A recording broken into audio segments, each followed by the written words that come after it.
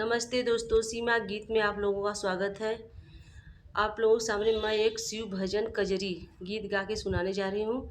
अच्छा लगेगा तो आप लोग प्लीज़ सुनिएगा, शेयर करिएगा, सब्सक्राइब करिएगा। भोला ले चलिया अपनी सरनिया में, देवघर नगरिया में ना।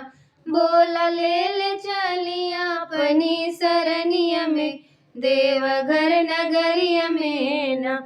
तो हर बचवा चरई नाग दूधवा पियब, तो हर बचवा चरई नाग दूधवा पियब, जलवा भरी भरी लइबो गगरिया में, देवघर नगरिया में ना।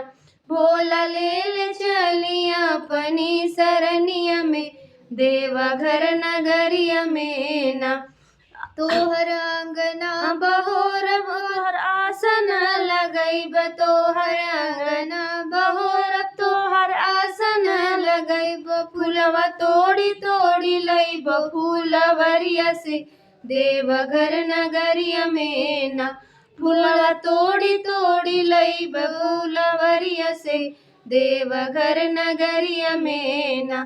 भोला ले चलिया अपनी सरनिया में, देवघर नगरिया में ना। तोहर भंगिया तोड़ी लैब पीसी तोहा के पी, तोहर भंगिया तोड़ी लैब पीसी तोहा के पियब, तोहर मन हर सैब गाई के भजनिया के, देवघर नगरिया में ना। तोहर मन हर सैब गाई भजनिया के, देवघर नगरिया में ना।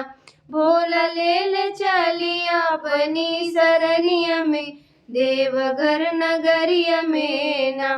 गणपत गोद में खेलैब कार्तिक पालना झुलैब, गणपत गोद में खेलैब कार्तिक पालना झुलैब, तोहर भोजन बनैब भोज हरिया में, देवघर नगरिया में ना। भोला ले चलिया अपनी सरनिया में, देवघर नगरिया में ना। पाके दर्शन तोहार जाई जावस से पार, पाके दर्शन तोहार होई जाई भाव से पार, बिगड़ी बानी ई तोहरी चरनिया से, देवघर नगरिया में ना। भोला ले चलिया अपनी सरनिया में, देवघर नगरिया में ना। अच्छा लगेगा तो प्लीज़ लाइक करिएगा, सब्सक्राइब करिएगा।